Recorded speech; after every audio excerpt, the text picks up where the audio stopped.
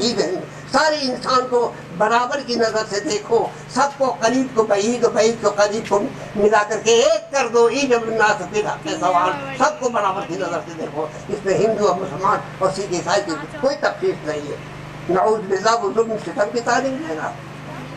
اور کیجیے, الراحمون یرحم الرحمن ارحموا من فی الارض یرحمکم من فی السماء یرحمکم من فی السماء. الراحمون یرحم الرحمن, جو دنیا والوں پر رحم کرتے ہیں اللہ بھی ان پر رحم کرتا ہے. ارحموا من فی الارض, زمین پر جو بسنے والا ہے, اس دھرتی پر جو بسنے والا ہے, سب پر رحم کرو. یرحمکم من فی السماء, جو آسمان کے اوپر وہ بھی تم پر رحم کرے گا. اور کیجیے, تم رحم کرو گے تو اللہ تم پر رحم کرے گا. یہ آپ کی حدیث ہے جو آپ کہہ رہے ہیں. اور کیجیے, کیا اس کے اندر یہ کہا کہ خالی مسلمان پر رحم کرو؟ نہیں, کوئی بھی مذہب کا ہو, کسی مذہب کا بھی آدمی ہو, سکھ ہو, عیسائی ہو, ہندو ہو, مسلمان ہو, تم پر رحم کرو. تم سب پر رحم کرو گے تو اللہ تم پر رحم کرے گا. جس نے یہ تعلیم دی, آپ بتا دیں, سمجھا, کسی جنگ کے اندر سرکار دو عالم محمد مصطفیٰ صلی اللہ علیہ وسلم کے اندر جب آپ پر خون بہا, آپ پر اینٹ کا پتھر چلایا گیا, آپ کو لہو لہان کیا گیا, آپ کو زخمی کیا گیا, اور حال یہ ہوا سمجھا کہ آپ کا نالے مبارک آپ کے پیروں سے چپک چپک کر کے رہ کر گیا, اور وضو کرنے وقت اتارنے میں دشواری ہوتی تھی. لوگوں نے آ کر کہا کہ آپ کیوں نہیں بد دعا کرتے ہیں, کیوں نہیں بد دعا کرتے ان کے لیے؟ تو آپ کہتے ہیں انی لم ابعث لعنہ ولکن داعی ورحمۃ, میں لعنت و ملامت کرنے کے لیے نہیں بھیجا گیا ہوں, ولکن داعی ورحمۃ. اللہم اہد قومی فانہم لا یعلمون, اے اللہ ان سبوں کو ہدایت دے, یہ ہم تو پہچانتے نہیں اس لیے ایسا کر رہے ہیں. اگر ہم کو پہچانتے تو ہم کلیجہ پتھر نہیں چلاتے. کبھی کسی سے آپ نے بدلہ وصولا؟ کبھی کسی سے آپ نے چھڑی لگائی؟ کبھی کسی پر کوئی ظلم ڈھایا آپ نے؟ اور کیجیے, آپ بتائیے, آپ مجھے کہیں کوئی ایک واقعہ بھی دکھلا دیجیے آپ. بلکہ فتح مکہ کا وہ واقعہ ہے کہ جب کہ آپ کو سن کر حیرت ہوگی کہ آپ کے پاس وہ دشمن آئے کہ جنہوں نے آپ کے صحابیوں کو لہو لہان کیا, آپ کے صحابیوں کو قتل کیا. حد تو یہ ہے کہ آپ کی بیٹی کو نیزہ مار کر کے زینب کو قتل کیا. یہاں تک ہوا آپ کے صحابیوں کو گرم گرم پتھروں پر لٹا کر کے قتل کرنے کی کوشش کی. سب کچھ ہوا. کیا 3 مہینے تک حالت یہ ہے کہ آپ کا بائیکاٹ کیا گیا اور کھانے اور دانے سے محروم کیا گیا. اور حالت یہ ہوتی تھی کہ 3 مہینے تک جب عورتوں کی چھاتیں سوکھ جاتی تھیں تو کوئی دودھ لے کر کے یا پانی لے کر کے کوئی پلانے والا بھی نہیں ملتا. اندھیری رات میں کبھی کبھی ایسا ہوتا تھا کہ کوئی دودھ لے کر کے, اگر بچے کی چیخنے کی آواز آتی تھی, کوئی چپ چاپ جا کر کے دودھ دے دیتا تھا. سب 3 مہینے تک حالت یہ ہوا کہ شعب ابی طالب کے اندر آپ نے وقت گزارا, بھوکے اور پیاسے اپنے گھر والوں کے ساتھ. لیکن کبھی اس کا کوئی بدلہ وصولا آپ نے؟ نہیں, کبھی کوئی بدلہ وصولا نہیں. تو یہ وہ لوگ تھے جو شعب ابی طالب کے اندر جنہوں نے آپ پر ظلم ڈھایا تھا. یہ وہ لوگ تھے جنہوں نے حمزہ کا کلیجہ چبایا, آپ کا چبایا تھا. یہ وہ لوگ تھے کہ جنہوں نے آپ کی بیٹی کو قتل کیا تھا. یہ وہ لوگ تھے کہ جنہوں نے آپ کے گلے کے اندر سمجھا رسی ڈال کر کے آپ کو گھسیٹنا چاہتا سرکار دو عالم صلی اللہ علیہ وسلم کو. اور یہ کہا گیا اتقتلون رجلا ان یقول ربی اللہ, ایسے آدمی کو قتل کرتے ہو گردن میں رسی دے کر کے جو اللہ کا نام لیتا ہے. یہ سارے وہ لوگ تھے جو فتح مکہ پر کے موقع پر آئے. آپ مجھے بتا دیجئے کوئی ایک واقعہ کہیں کسی سیرت کے اندر آپ نے پڑھا کہ رسول اکرم نے کسی پر لاٹھی چلائی ہو, کسی پر تلوار چلائی ہو, یا کوئی بھی فتح مکے کے موقع پر کوئی ایک آدمی قتل ہوا کسی صحابی کے ہاتھ سے؟ کیا دنیا کے اندر بڑے بڑے فاتح گزرے ہیں؟ کون نہیں بڑا بڑا فاتح, نیپولین ہو یا سکندر ہو, تیمور لنگ ہو, جتنے فاتحین کا نام لیجیے, انہوں نے کسی بھی ملک کو فتح کیا بغیر قتل و خون کے فتح ہوا کوئی ملک؟ بغیر لاش گرائے ہوئے کبھی کوئی ملک فتح ہوا؟ لیکن فتح مکہ وہ فتح ہے کہ جس کے اندر ایک لاش نہیں گری, ایک خون نہیں بہا اور سارے لوگ 1,00,000 کا مجمع ہے فتح مکہ کے موقع کے اوپر، اور اس کے بعد سب لوگ آتے ہیں اور آ کر کے سمجھا آپ کے پاس معافی مانگتے ہیں اور کہتے ہیں کہ ہم کو معاف کر دیجیے، جو آپ کے سارے دشمن تھے، جو آپ کے خون کے پیاسے، معافی مانگتے ہیں تو آپ کیا کہتے ہیں؟ لا تثریب علیکم اليوم، جاؤ آج تم سے کوئی مواخذہ نہیں ہے، انتم الطلقاء، جو تم سب آزاد ہو۔ دیکھا آپ نے؟ اور آج آپ اس کو کہیے گا سمجھا کہ صاحب اس میں دہشت گردی کی تعلیم دی، معاف کیجیے گا اب میں کہنے پر مجبور ہوں، سمجھا میرا خون کھول جاتا ہے، آپ کا بھی خون کھول جائے گا جب میں نے سمجھا اخبار کے اندر دیکھا تصویر کہ ایک شخص کو بم باندھا جا رہا ہے، سرکار دو عالم صلی اللہ علیہ وسلم اپنے ہاتھ اس کو بم باندھ رہے ہیں جی، اور وہ دہشت گرد ہے، اس کے سر پر پگڑی باندھ رہے ہیں، سرکار دو عالم صلی اللہ علیہ وسلم اس کو بم باندھ کر کے کہہ رہے ہیں دہشت گردی کے لیے۔ یہ تصویر چھپتی ہے کہاں سے؟ ہالینڈ سے، اور یہ تصویر کہاں چھپتی ہے؟ پھر اس کے بعد میں نے پڑھا اٹلی کے ایک پروفیسر کے سوٹ پر یا اس پر پتلون پر چھپتی ہے، اور تمام دکھلاتا اور کہتا ہے کہ اخبار کو آزادی ملنی چاہیے، اخبارات کو آزاد ہونا چاہیے۔ یہ سب پروپیگنڈا کیا جا رہا ہے۔ یا ہالینڈ کے اندر اسی طرح کے ایک آدھ دو اور بھی تصویر چھپی کہ جس کا نعوذ باللہ سرکار دو عالم صلی اللہ علیہ وسلم دہشت گرد کو بم باندھتے ہوئے دکھلایا گیا ہے، بم باندھ رہے ہیں، سمجھا؟ اب بتائیے آپ، یہ اسلام کی تعلیم ہے؟ سرکار دو عالم صلی اللہ علیہ وسلم نے ایسی تعلیم دی؟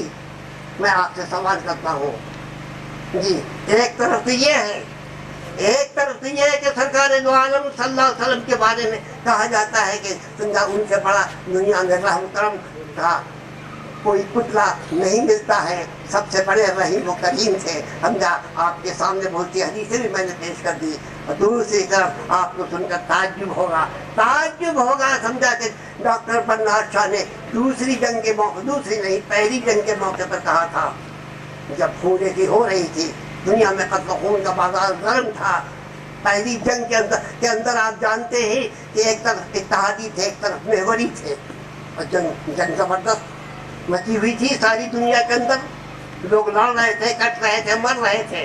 اس وقت ڈاکٹر برنارڈ شاہ نے یہ کہا تھا، if all the world assume the dictatorship of Muhammad, all the problems of the world can be solved within no time۔ کون صحیح ہے آپ بتائیں؟